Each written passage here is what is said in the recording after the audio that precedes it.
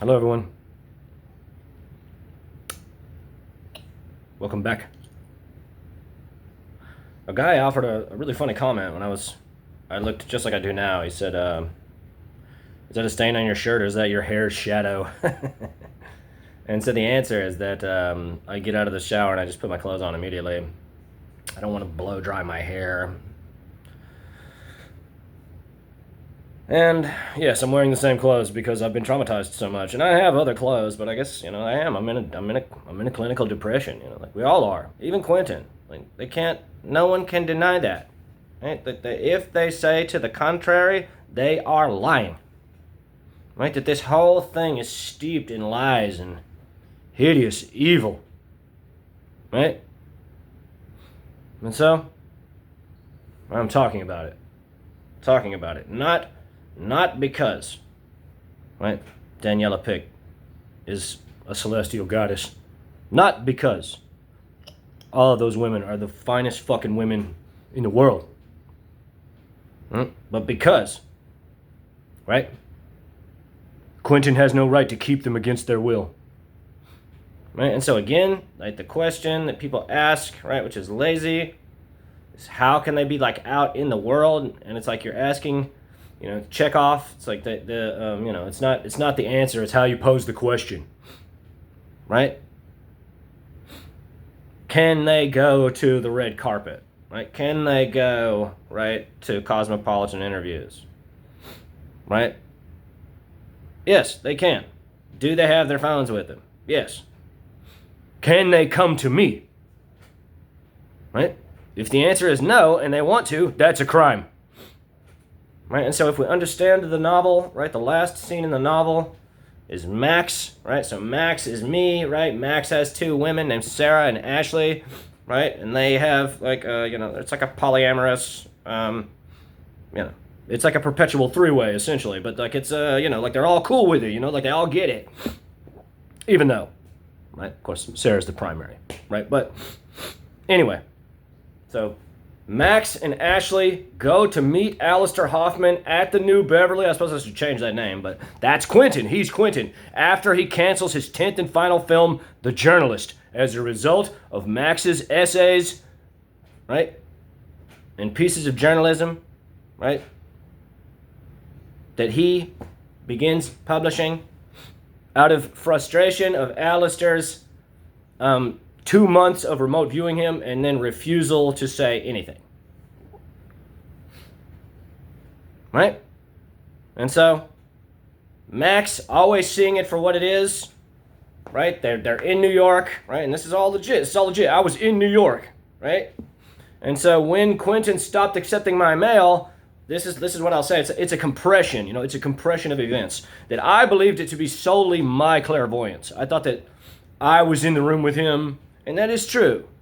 But, right, these are the games that he plays, right? He exacts like a sadistic sort of weird occult pressure upon the world and watches people and manipulates them as much or as little as he wants. Right? But I wrote that essay, right, 7,000 words. I reviewed 3 movies in protest, and then he canceled the film. Right?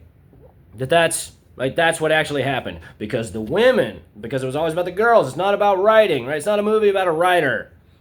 Right? It's a monument to Quentin's sadistic sexual perversions. That's like what it actually is. Right? I thought it was like Taxi Driver. I thought it was like a abrasive, like psychological film, And so, Max, right? Like I'm not gonna like reveal the whole plot because I hope that it will get published soon, But Max says, okay, right? He's been like his women, like he doesn't do it, right? And this is true. I don't play that game. Like it's not like I don't have to, right? But the girls, they're into it, right? And so he says, okay, here's the tools that you need, right? Just be good, be good in the world, right? And so, right? He says, okay, we're gonna turn it on him. And so that leads him to, right, compelling Alistair to cancel the film. And so he agrees to meet with Max in the New Beverly during a midnight screening of From Dusk Till Dawn. And so, while Max and Ashley are in the office with Daniela, right? It was Annabella in the book, as well as Sophia. I don't know her fucking name. She was outside of the theater at Tribeca in 2024. Sarah is in a dump in Long Beach, like an hour away, and she has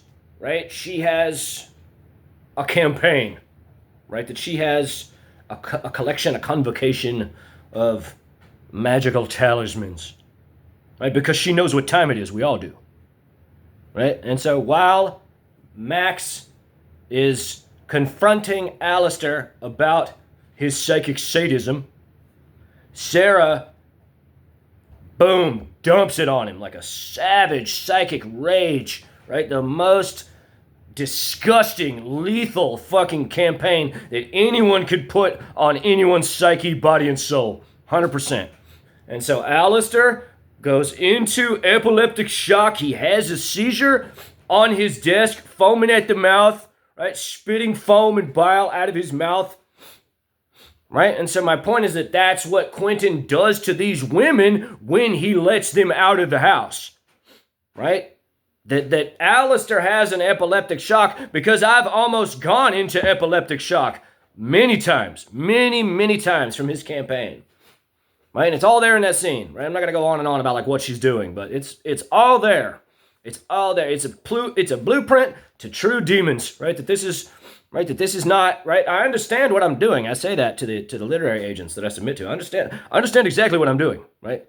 That I'm opening up a level of sadism to the world. I'm initiating the whole world, right? And I'm showing all of them, like, this is like, you can do this, right? And I'm inviting someone who's equally sick to do what Quentin does to us, to me. And so what I say, right, and I'll say it now, is that like they put it on me, I put it on him. That's the deal, right? The book gets on the shelf. Right? And the reality is the book won't be on the shelf until those women are in my arms. Right? That he's exercising his dominion over the publishing industry, over the press, right? But it's getting so ridiculous. It's getting so just exacerbated that I know Sony Pictures is not interested in entertaining the notion of defending serial rapists with their investors' money. Right? So, right, we have to stop. No more sadistic mind games, right? So, we say we're playing the psychic mind game. We say, okay, he's using his mind as a weapon, like, to attack me because he couldn't control me. Why? Right? If the truth was that he had all the bitches, right? The truth was that, like, everyone is as sadistic as he is, right? Then he would have just paid me. He would have just paid me $10 million and said, you blew it. Fuck you. High Priest of Hollywood. Go play Hamlet in New York. Fuck you.